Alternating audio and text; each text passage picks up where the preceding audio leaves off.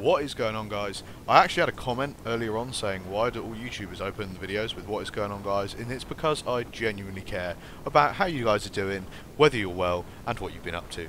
But anyway, let's hop on the bike here and let's talk about what you have to do in the UK to get a full license, a bike license, and basically what you have to do to be able to ride a two-wheel vehicle here in the United Kingdom. This is very different over here in comparison with what it's like in other countries, but it's actually pretty standard for most of Europe, so I think what we do is pretty standard in Europe. But I wanted to talk about that, and this is my first time recording any footage on my bike, so please forgive the rather cruddy camera angles, and hopefully they'll all be improved just so I ride the bike more and get used to setting the cameras up on it more and more.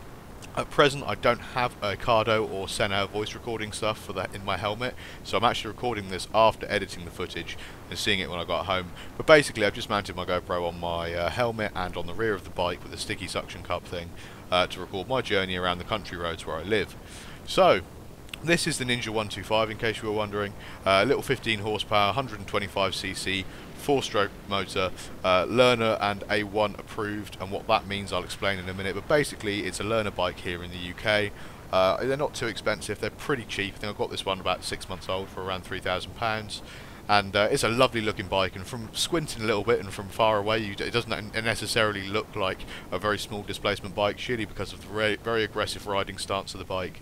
And I'll definitely be doing a review of the Ninja 125 very soon, so stay tuned and hit the subscribe and notification bell if you want to see that, because I've got a lot to talk about the Ninja 125, and while I love it to pieces, it definitely has some imperfections.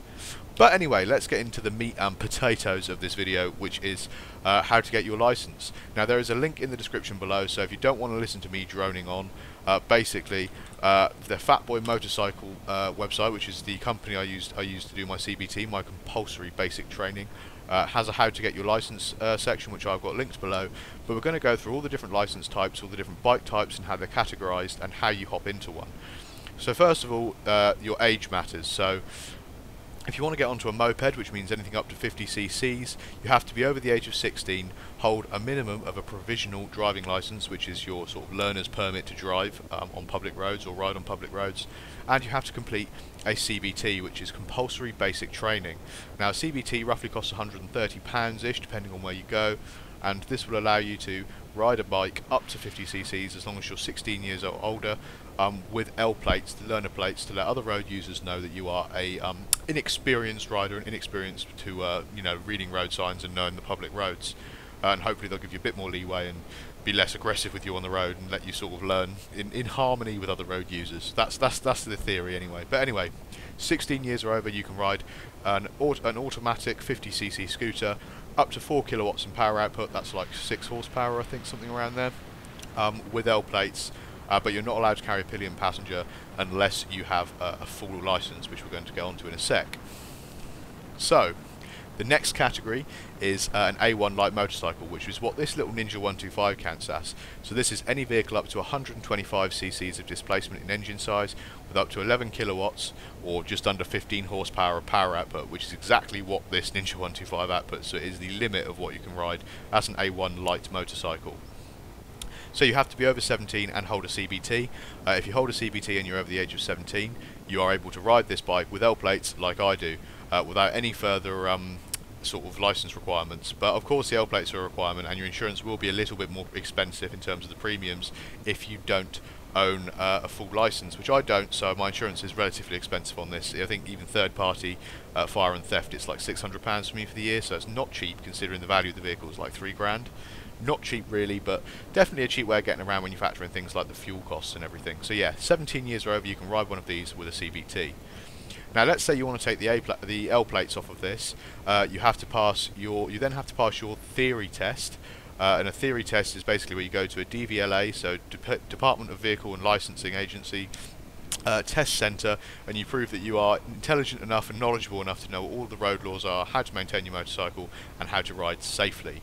So if you go to one of the DVLA places and you pass your theory test, it's £23 a go. It might take you a few attempts if you don't revise well, but £23 a go, and you can then get a full pass on your theory test, which gives you 2 years to then pass your full license. So an A1 full license would allow you to ride this bike with no L plates on it. So that will consist of a small course taken at somewhere like Fatboy Motorcycle Training, which ironically is where I get my stuff done, because, you know, my girlfriend couldn't stop laughing at the fact that I was getting my CBT at a place called Fatboy. Quite applicable, I guess. Also, that's the sort of A1 light motorcycle, so 17 or over, CBT for L plates, or you can get a full A1 licence.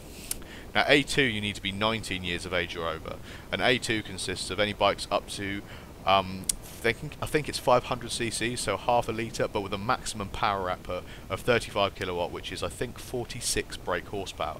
So that will go just over 100 mile if you get 100 mile an hour if you get something like a Ninja 400 or anything of that sort of entry-level motorcycle with a medium-sized displacement. So these you also require a CBT certificate. You have to pass your theory test, and then you have to also pass the actual physical test on a training centre like Fatboy, where you can pass your licence to get a full A2 licence, but again, minimum age of 19. Now, unless you're over the age of 24, or you do progressive access, you cannot get on a bigger motorcycle until the age of 24. So assuming you're like me, I'm 24, or you're older, you can go straight and do a direct access course. So this means you have to have a CBT, a valid completed theory test, and then you can go and do a few days of training. It's quite expensive to go direct access, but it's probably what I'm going to do. You can do a few days of training, and basically you can hop straight onto an unrestricted motorcycle. Now this would be something like, you know, a Ninja H2R if you want to go absolutely crazy, obviously not road legal, but H2 or a Yamaha R1, something, an absolute sort of, you know, missile. You can jump on one of them with an unrestricted license. But to get one of them, you do have to be over 24 if you're going to go for the direct access route. Now, you can actually be a bit younger to get on one of these, but there's some caveats to that. If you're 21 to 23, you can ride an unrestricted motorcycle if you get the unrestricted license, but the only way you can do the unrestricted license training and test if you're that age is to have been riding an A1 or an A2 bike for at least a year. I think it's like a year on an A1 and a year on an A2. Basically, you have to have held an A2 license for 2 or 3 years progressively from the age of 17 to prove you're used to riding motorcycles on the regular. This probably won't fall into a lot of people's categories, because I think motorcycles are less popular nowadays, and most people, I guess, will be going direct access route at 24 and waiting until they're 24 to get their unrestricted, and only riding smaller displacement bikes up until then, which I think is probably sensible anyway. I mean, even at the age of 24, I don't feel like I've reached mental maturity in any way, shape or form, and I certainly wouldn't trust myself hopping onto a H2 tomorrow if that was what I was offered. So yeah, I think a progressive way of doing it, even if you're over the age of 24, is the way to do it. So I'm probably going to try and get my unrestricted license in the next sort of 24 months. But I'm not going to go straight to like a 1000cc litre bike. I'm gonna jump down on something like a Ninja 400, so like a double to triple the power output of what I'm currently riding, to sort of build my skills up. Because what's important, guys, isn't what you can ride, but what you can ride safely. So that's basically it. If you're 16, you can ride a moped with a CBT. If you're 17, you can ride a 125 with a CBT. Again, both of those will require L plates.